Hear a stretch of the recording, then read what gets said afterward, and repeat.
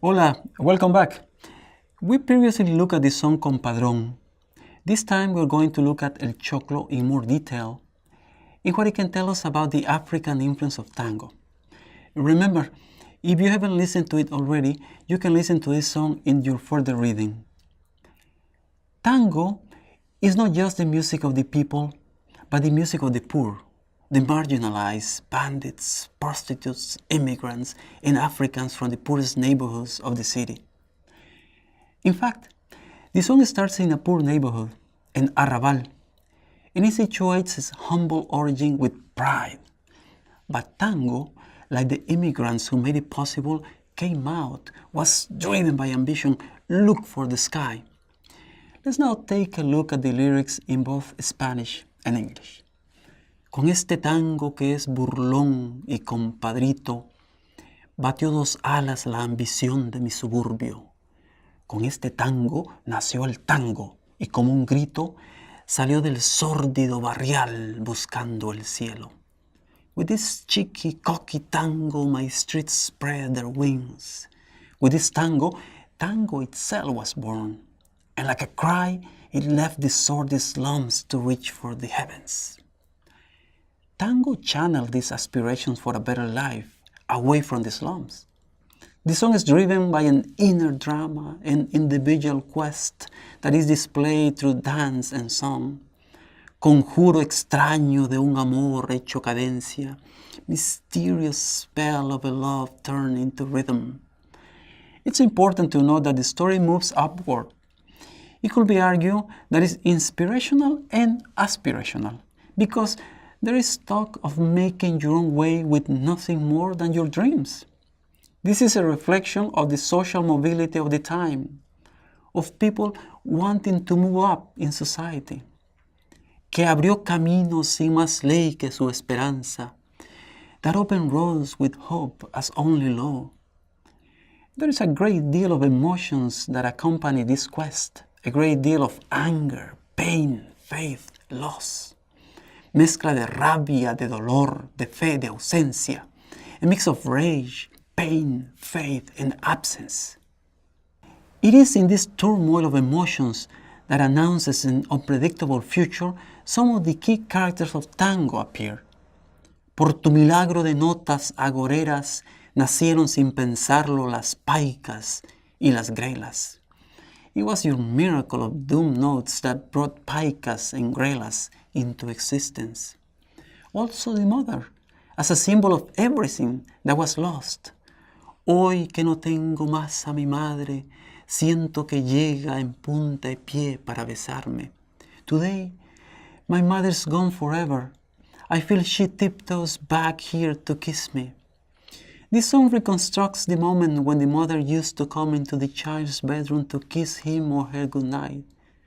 The scene is more poignant because she tiptoes so as not to wake the child.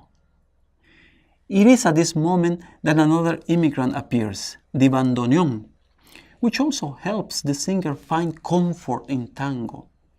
Cuando tu canto nace al son de un bandoneón, when an accordion starts singing your notes. It is important to realize that the entire song is a dialogue addressed to tango itself. In other words, tango is personified. It is the recipient of a confession that allows the singer to express his or her emotions, while at the same time going deep into the essence of tango, its origin, characters, language, individual and social connotations, connections to the city, the African influence, etc. Tango is always in between. It never lands in a place of its own, highlighting the drama of immigration. Like an immigrant, it moves between a lost past and an elusive future. Here and there, light and shadow, the slums and the center. An image that illustrates this perfectly is that of the moonlight reflected in a puddle, a dream trap in the fringes of society. Luna en los charcos, moon on the puddles. But it's from here, from the poorest part of the city, where the most influential element of tango dancing came from, the canyengue or twist of the hips from African dancing. This is not just a physical influence, but an attitude that speaks of passion and pride, a fierce desire to express love, y una ansia fiera en la manera de querer, a ferocious longing for love. A final element I like to bring your attention to is the mention of conventillos, the tenements where the newly arrived lived, and where this cultural brew that gave birth to tango took place. The song describes brilliantly how life in the tenements was a misa de faldas, querosene, tajo y cuchillo, a chaos of skirts, kerosene, cuts, and knives. A rough life that also speaks of the danger and passion that are at the core of tango.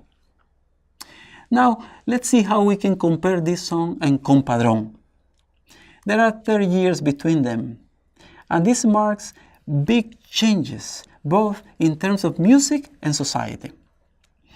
While the first song deals with new characters in the music and the city, particularly the compadrón and the compadrito, the second one looks back at the style, its origin, influences, and evolution.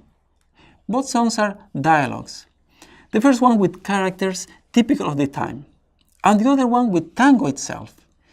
It's interesting to note that the first dialogue is a challenge directed to the compadrón, some sort of a duel. By the 1950s, when El Choclo was written, immigrants and newcomers to the city were already part of the landscape. They were not a novelty, as is reflected in Compadrón. As they roamed the city, tango itself was no longer a novelty or frowned upon. Carlos Gardel had died in 1935, and tango was an international phenomenon.